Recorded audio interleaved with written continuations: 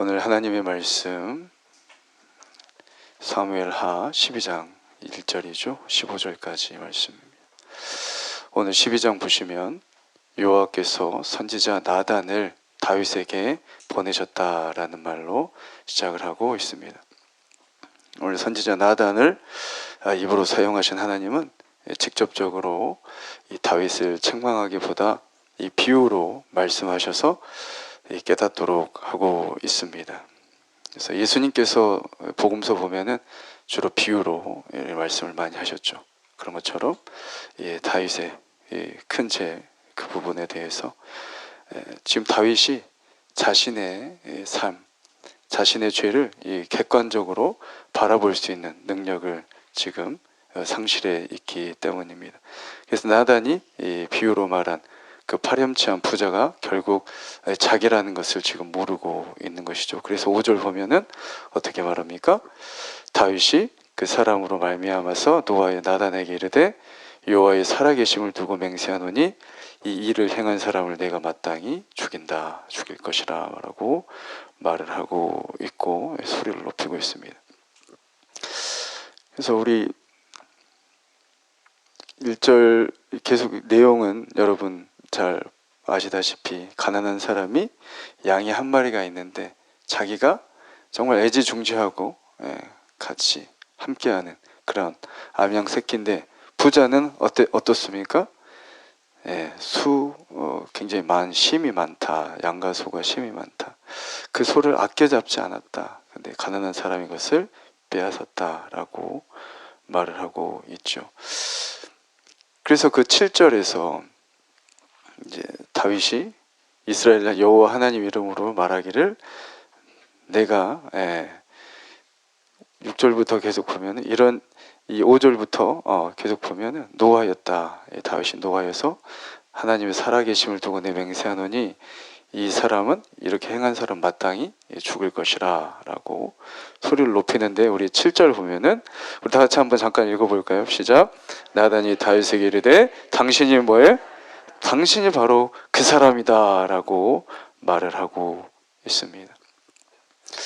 여러분 그 히브리서 기억나십니까? 히브리서 보면은 성막에 우리가 들어가서 반드시 거쳐야 할 곳이 있는데 이 번제단을 지나서 바로 우리가 물두멍이라는 곳을 지납니다. 물두멍은 그 모든 그 당시 여인들의 회막을 섬긴 여인들의 그 당시 이제 거울이 굴이었습니다. 동이었습니다. 그래서 제단에 바친 그 놋으로 굴이죠. 그 큰 대야를 만들어서 거기에 물을 받았죠. 그곳에서 먼저 자기 자신을 바라보는 것이, 그 물두멍에 비친 자기를 먼저 봐야 되는 것이, 그리고 피 묻고 모든 더러운 것을 보고 자기의 또 손발을 씻는 것이죠. 그래야 성소로 들어갈 수 있었습니다. 다윗은 지금 자기 자신의 상태를 모르고 있는 것이죠. 이 양이나 돌보던 양치기를 하나님께서 선택하여 주시고 준비시켜 주시고 이제는 하나님께서 그 골리앗을 이기고 사울은 천천히요 다윗은 만만히요 그런 명예를 얻게 하시고 그리고 그것 때문에 자기를 죽이려 했던 사울도 이제는 사라졌고 12지파의 완전한 이스라엘 왕이 되었죠. 모든 것이 잘 되고 모든 것이 잘 이루어지고 있습니다. 그런데 이 권력과 이 재물의 최정점에 둘러싸이게 되다 보니까 자신의 정체성, 하나님의 종으로서 하나님의 아들로서 자신의 정체성을 잃어버린 것이죠. 그래서 지금 내 본연의 모습, 내 본질적인 자아, 나의 모습도 하나님께서 보여주시지 않으면 그렇게 교만하게 살면서 그렇게 내가 사는 줄도 모르고 사울처럼 망하는 것 아니겠습니까? 자기가 지금 어떠한 상태인 줄을 모르니까 하나님께 내가 예배도 잘 드리고 신앙생활 잘 하는 것 같은데 영적으로 감각이 무뎌지는 것이죠. 그러기에 오늘 다윗은 큰 죄를 저질렀음에도 불구하고 어떻습니까? 우리 5절까지 보면 아주 당당하죠. 나단 선지자가 그 파렴치한 죄인이 바로 당신이라 할 때까지 자기 자신을 보지 못합니다. 심지어 이제 성경에 보면 유일하게 하나님 마음에 합한 자가 누구였습니까? 다윗이었죠. 유일하게 내 마음에 합한 자라. 그런 공식적으로 성경에서 공인된 다윗조차도 지금 자신의 상태를 바로 보지 못하고 있습니다. 저도 마찬가지고 우리도 마찬가지일 수 있다는 거죠. 그래서 늘 성소로 우리가 들어가기 전에 물두멍에 자신을 비추어 보고 씻어야 되듯이 우리도 말씀의 거울 앞에 나를 비추어 보고 이 더러운 것, 씻어야 할 것이 있다면 그 말씀의 물, 그 생명의 물이신 그 말씀으로, 또 예수 그리스도가 또 말씀이지 않습니까? 말씀이신 예수 그리스도의 그 피로 씻어야 될 줄 믿습니다. 하나님은 다윗에게 은혜를 베푸셨고 또 큰 은혜를 베푸셨습니다. 모든 것을 주셨죠.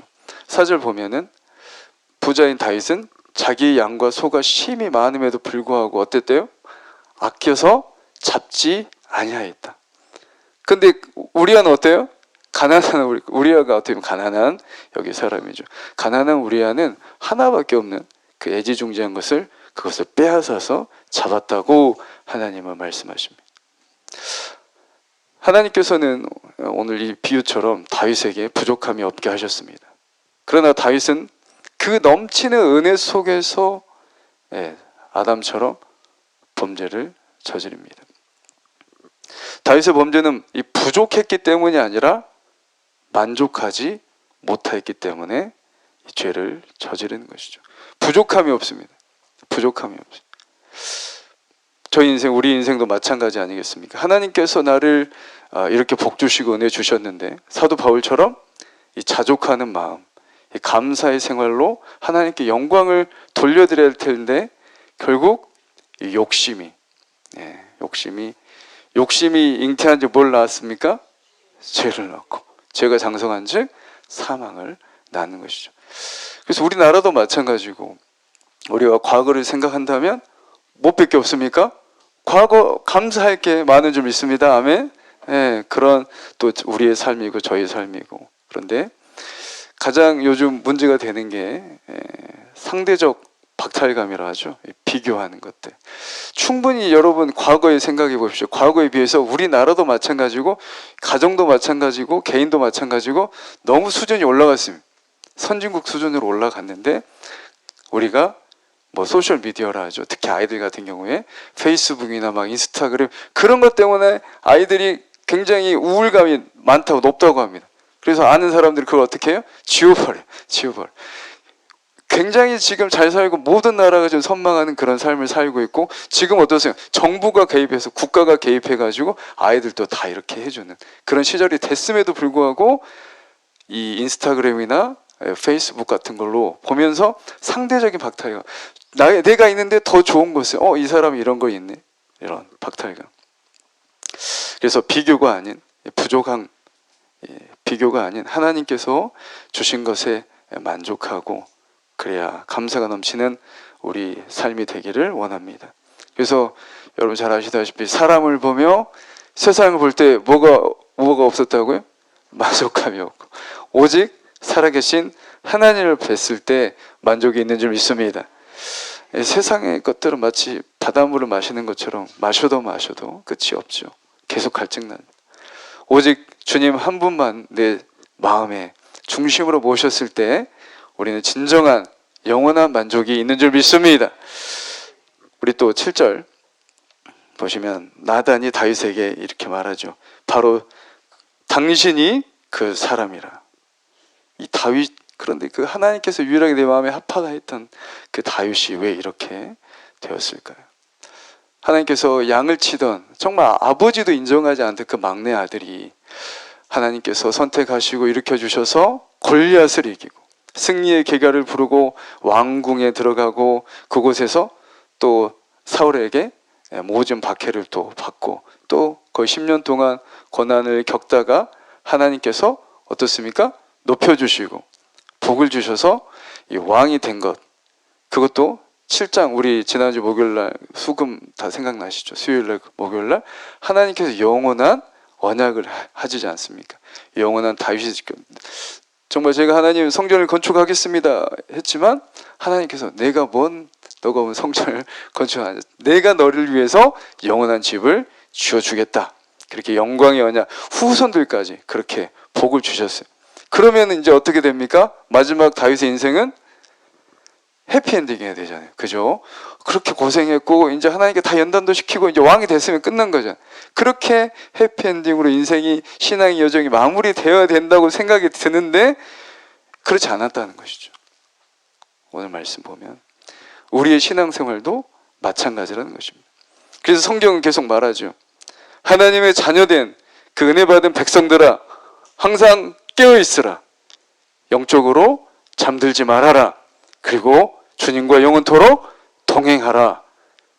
사도 바울은 항상 기뻐하라, 쉬지 말고 기도하라, 범사에 감사하라. 이것이 바로 누구 뜻이라고요? 아버지 하나님의 뜻이라고 말하고 있죠.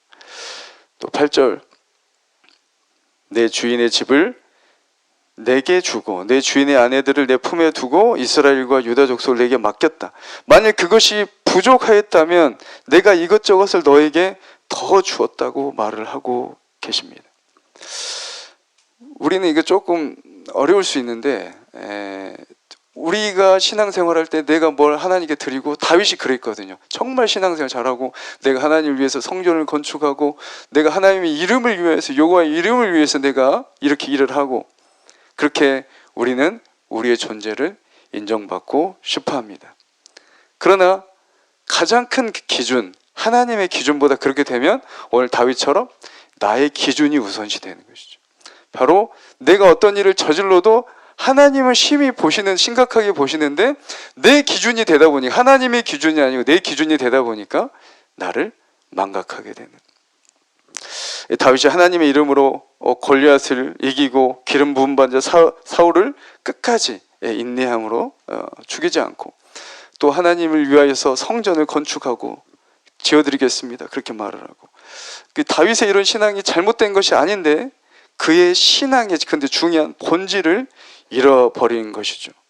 자기가 바로 주체, 주인이 되어버린 것입니다. 하나님이 기준이 되고 하나님만 바라보고 하나님 뜻 가운데 하나님께 묻고 그렇게 삶을 살았던 다윗이 지금 왕이 되고 모든 권력과 모든 물질과 모든 것을 다 할 수 있는 최정점에 있다 보니까 인생에 자기가 왕이 된 것이죠. 그러면 누가 찾아옵니까? 나단이 찾아오기 전에 교만이 찾아오는 것이죠. 그 교만이 자신의 눈을 가려버리고, 또 오늘 다윗처럼 기고만장해지고 남을 판단하고 남의 영혼을 결국 죽이게 됩니다. 그래서 성경 속의 간증들은 그들이 무엇을 하기 이전에 먼저 가장 중요한 게 무엇입니까? 내가 하나님을 위해서 이렇게 하기 이전에 하나님이 먼저 우리를 찾아오셨다는 사실을 우리는 잊지 말아야 될 줄 믿습니다. 하나님이 죄인된 나를 먼저 찾아오셨고, 죄인된 나를 먼저 부르셨고, 죄인된 나를 살리신 줄 믿습니다. 오늘 다윗의 회개도 마찬가지죠. 내가 깨닫고 진정으로 내가 의지하고 통에 자복한 게 아니라, 우리 1절 한번 읽어볼 거예요. 1절 앞부분만 시작. 여호와께서 보면은 다윗이 지금 내 죄를 깨닫고 내가 돌이킨 게 아니라 하나님이 누굴 보내세요? 나단을 보내시는 거예요. 회개도 지금 어떻습니까? 회개라는 것 자체도 하나님께서 회개의 영을 부어주시지 않으면 우리가 진정한 회개를 할 수 없는 것입니다. 하나님이 먼저 하셨음을 다윗이 망각한 것이죠. 9절. 그런데 어찌하여, 하나님의 음성이죠. 어찌하여, 이게 똑같은 말씀이 창세기에 있습니다. 창세기 3장에 아담과 하와가 선악과를 따먹었을 때 하나님께서 동일하게 이렇게 말씀하십니다. 어찌하여 너가 이렇게 하였느냐. 어찌하여. 그때 아담 어떻게 반응합니까? 이 여자를 얘기를 합니다. 이 여자를. 예. 아내 탓을 하는 것이죠. 저도 그러지 않나 생각을 해보고, 동일하게 사울도 마찬가지죠. 사무엘이 어찌하여 하나님의 말씀을 거역하시고 순종하지 아니하였나이까 하니까 사울이 어떻게 반응합니까? 이 소들과 이 사람 종업만 내 추렸습니다. 이 여러 가지 얘기를 하는 거예요. 이게 바로 얼마나 효율적입니까? 이게 바로 하나를 위한 일 아니겠습니까? 자기 기준인 거죠. 이 두 사람 다, 그리고 적군이 지금 코앞에 와 있는데 지금 사람들은 다 떠나고, 인간적으로 보면 어떻습니까? 다 맞는 말이죠. 그러나 이 두 사람 다, 아담이나 사울이나 기준이 어디예요? 하나님의 기준이 아니고 내 기준이었다는 거예요. 내가 보기, 내 눈으로 보기에 좋았다는 것입니다. 이 부분이 바로 사울과 다윗이 가장 결정적으로 비교되는 부분이죠. 어떻게 보면 다윗이나 사울이나 아담 다 봐도 다윗이 가장 죄가 큰 것 같아요. 제가 봤을 때 사울은 비교할 수가 없어요. 사울보다 다윗의 죄가 훨씬 큽니다. 중죄를 저질렀어요. 비교할 수 없어요. 그런데 사울은 하나님께서 끝내버리시고 다윗은 영원히 남게 하시죠. 그 차이점이 무엇이냐? 다윗이 더 잘났기 때문에, 더 완벽했기 때문에. 성경은 모두 실수하면 더 큰 실수를 하죠. 다윗은 더 큰 실수를 하고 더 큰 실패를 합니다. 나단이 하나님의 말씀으로 책망했을 때 다윗은 좀 어떻습니까? 다윗은 우리 13절 보면 다윗이 나단에게 이르되, 다 같이 읽겠습니다. 시작. 내가 여호와께 죄를 범하였노라. 가장 비교가 되는 부분이죠. 하나님께서 책망했을 때 다윗은 어때요? 다른 말, 바로 자신을 인정하는, 인정하고 바로 회개를 합니다. 사울은 자기가 왕이다 보니까 회개보다 어때요? 계속 여러분 보시면 아시겠지만 사무엘상 보면 자신의 체면을 더 중요합니다. 자신의 왕권을 더 누구보다 더 중요시 여겨요? 하나님보다 더 중요시 여기는 거예요. 그래서 사람들 인내해서 하지 말라고 하죠. 아담이 선악과를 따먹고 하나님께서 아담아 왜 이렇게 어찌하여 이렇게 하였느냐 했을 때 자신의 아내의 핑계를 대는 거죠. 자기를 합리화하는 것처럼. 다윗은 그러나 다른 말을 하지 않습니다. 바로 그 자리에서 즉시 회개하죠. 깨닫는 순간 바로 그 자리에서 순종하는 그 본이 바로 다윗의 큰 사울과 비교되는 점입니다. 13절 보면 그래서 바로 내가 여호와께 죄를 범하였노라 하니까 우리 한번 다 같이 읽어볼 거예요. 하매 나단이 다윗에게 말하되 여호와께서도 당신의 죄를 사하셨나이다. 당신이 죽지 아니하려니와. 아멘. 바로 하나님 나는 거예요. 회개의 중요성. 바로 내가 정말 진정으로 나를 알고 내 회개했을 때 하나님께 뭘 주신다고요? 사죄의 은총 허락하여 주시는 줄 믿습니다. 바로 주신, 따도 하는 거죠. 그래서 진심으로 회개하는 자, 바로 주님만이 왕이십니다를 삶으로 고백하는 자이죠.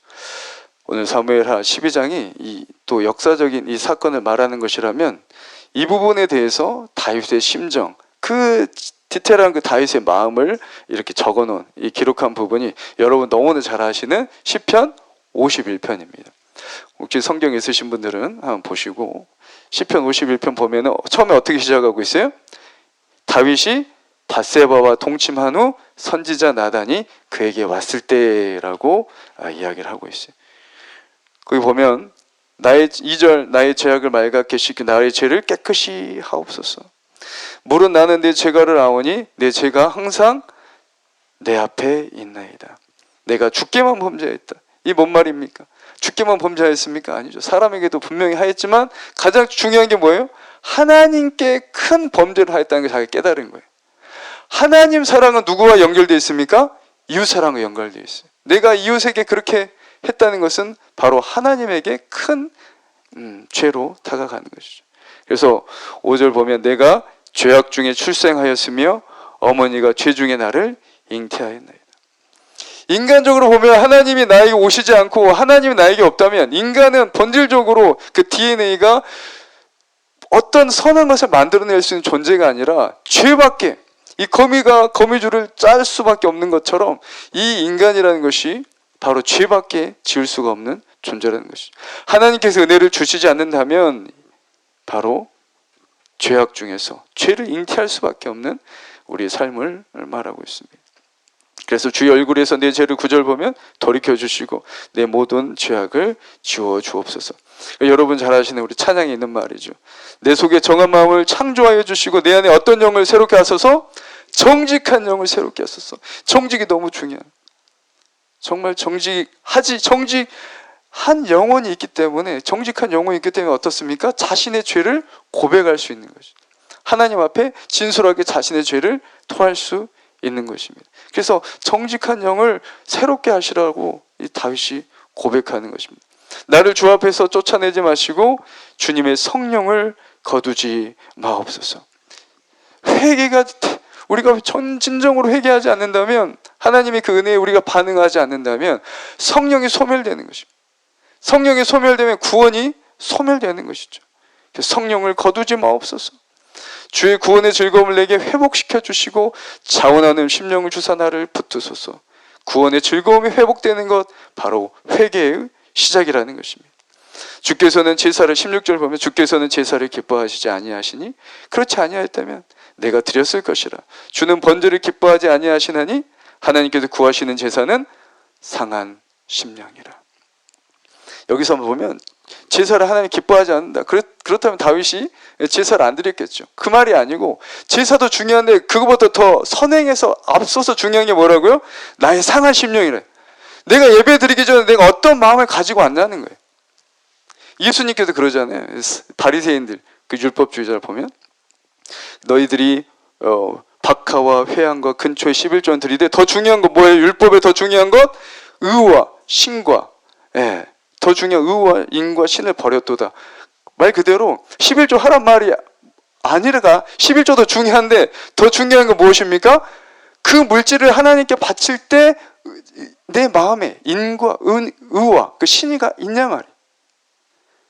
그와 마찬가지로 우리가 정말 주님께 제사하고 예배 드릴 때 우리 마음이 바로 하나님께 통회하고 자복하고, 하나님이 없어 나는 근원적으로 살아갈 수가 없고 존재할 수가 없고 죄밖에 지을 수가 없고, 하나님이 나에게 은혜 부어주시지 않으면 은혜로운 삶을, 생명의 삶을 살아갈 수 없는 자입니다라는 다윗이 이 밧세바에 대한 내가 열심히 살았다가 한번 죄를 지었다, 그런 회개가 아니었습니다. 내 존재를 바라고 통렬한, 내 자신이 하나님 앞에 비추어 봐서 내가 어떠한 존재인지를 확실히 깨달은 것이 바로 오늘 시편 51편의 다윗의 고백입니다. 그래서 우리가 예배 드릴 때, 제사 드릴 때 너무 중요하죠, 예배. 그런데 의식적으로 마음에 떠나 있는 예배 하나님이 받으시지 않는다. 말 그대로 우리가 마음을 드리고, 우리 마음을 그래서 늘 예수 그리스도의 보혈, 그 피의 보혈로 우리를 씻고 주님 앞에 나아갈 때 주님이 기뻐하실 줄 믿습니다. 그래서 나의 죄를 해결할 수 없을, 내가 내 자신의 죄를 해결할 수 없잖아요. 그래서 하나님의 도우심을 가지고 도우심을 받고, 그리고 하나님께서 탕자의 비유처럼 늘 하나님의 은혜가 우리의 삶보다 선행한다는 사실을 깨달으시고, 그리고 이 모든 일, 바로 회개가 모든 이 은혜의 출발점이라고 성경이 말하는 것처럼. 그래서 오늘 사도행전 이런 말씀입니다. 내가 알지 못한 시대에는 하나님이 간과하셨거니와 이제는 어디든지 사람에게 다 명하사 회개하라고 하셨으니. 마태복음에서 예수님 그러시죠. 회개해야 뭐가 온다? 회개하라. 예수님이 처음 하신 말씀이 뭡니까? 공사요? 회개하라, 천국이 가까이. 회개해야 뭐가 온다고요? 천국이 오는 줄 믿습니다. 그래서 구원의 문제, 회개해야 바로 구원의 문이 나에게 열리는 것이. 구원의 첫 단추는 바로 회개입니다. 바로 탕자처럼 우리가 그 은혜를 깨닫고 그 은혜를 인정하고 수용하는 것이 바로 회개인 삶. 우리 신앙삶에서 다윗과 같이 정직한 영으로 늘 주님 정직하게 하여 주시오. 내 힘으로는 내 본성이 없으니까 주님 정직하고, 또 회개로 늘 하나님께 돌이켜서 천국의 길에 모두 이룰 수 있는 저와 여러분 되시기를 주님의 이름으로 축복합니다. 우리 기도하겠습니다.